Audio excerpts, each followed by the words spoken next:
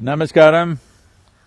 Here we are just back from the Prana Pratishtha of Nandi and Mahashula at the Sannidhi in Bangalore.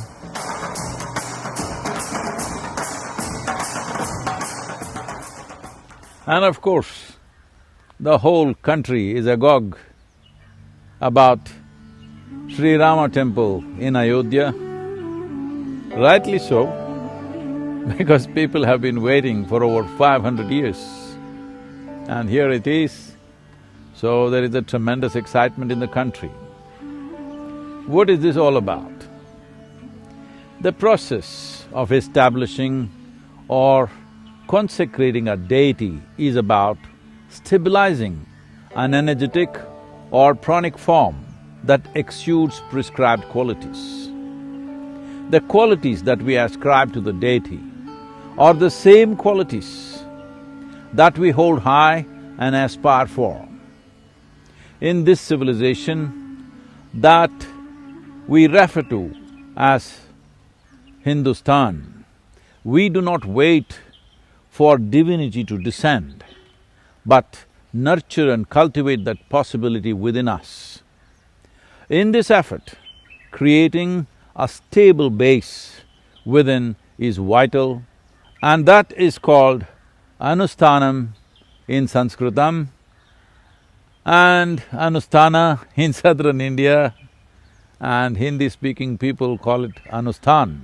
This is an effort to build a foundation of the divine possibility within ourselves, or turning this body into a living temple with purificatory processes and life-enhancing methods, making the body fit enough to house the divine.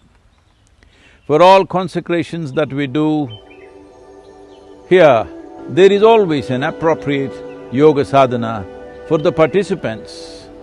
These sadhanas are a way of creating a stable base within to manifest the deity or the energy form that is manifested through prana pratishtha. This process of Anushtanam is done for various periods. There are sadhakas who do it for an entire solar cycle, which is just short of 12 years. There are those who do for 36 months, there are those who do for 90 days, 64 days, 33 days, 28, 21, 12, 11, 9, 7, 5, 3 days, depending upon the type of prana pratishtha. These sadhanas are designed to enable the participant to imbibe and form the nature of the deity beyond imprints of memory and associated emotion, to make impression upon the pranamaya kosha and vijnanamaya kosha of who we are. That means, beyond the physical body and mental structures, we want to take this imprint of both this form and its qualities at a deeper level. In other words, to store or sow the divine possibility into your deeper space of oneself, that the general rigor of life cannot deny or contaminate that possibility. In one's search for liberation or moksha, this is an important step.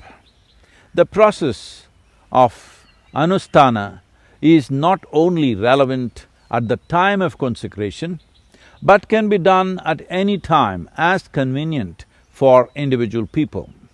It was common practice for individuals endeavoring to take up significant activity in their life went into periods of Anusthana. It is well documented of kings performing Anusthana before venturing into war or important campaigns, because success does not come due to one's desire, but by ensuring that one's own pravrutti or set patterns of function do not become an impediment. To take on great challenges of the world, first thing to ensure is that you are not the problem.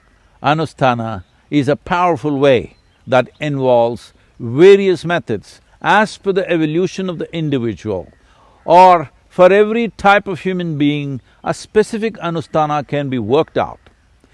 It can be prescribed in terms of physical processes, breath-related, ritualistic, energetic, or very consciousness-oriented.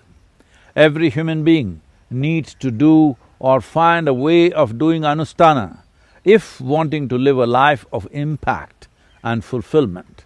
It is very heartening for me to see that the head of state of this great crucible of civilization doing Anusthana upon Rama, who in many ways is held as the epitome of a just, stable and a prosperous rule. Not just one leader, but all leaders and citizens of Bharat should do Anusthana to create Ramarajya, or a nation that is based on principles and rules, a law-abiding nation, which we refer to as dharma. Dharma as a word has been confiscated by the common narrative of being a religion. Dharma means a law. There were various types of dharmas: Raja dharma for the Raja, Grihastha dharma for people who live in families, Guru dharma for those who take up that position, various kinds of dharmas for different kinds of activity. That means rules and principles and ethics as to how one should function in a given position. But the most important dharma is swadharma, the dharma concerned with oneself. That is a spiritual process and that has taken the dominance, and today other dharmas are not being talked about. So what does Ramarajya mean? Is it about going back to bow and arrow times? No. It is about the values, the fundamental ethic that one should hold. When other people come under your influence, leaders who keep their personal well-being aside for people's welfare, this is Rama. Willing to sacrifice personal goals for the larger good, that is Rama. To address all negativity with equanimity and grace, that is Rama. No matter at what cost, to establish the rule of law or dharma, that is Rama. A constant striving to improve oneself, to be able to serve better every moment of your life, that is Rama. And if leaders aspire to become this, if they do Anusthana on these qualities, there shall be Ramarajya. When I say leaders, don't just think about political and military leaders or that sort. If you have just one more life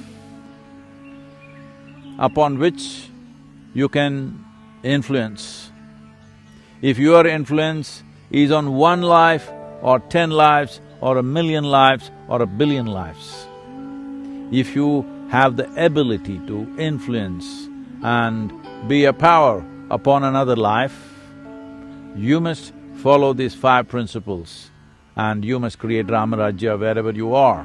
That's what it means.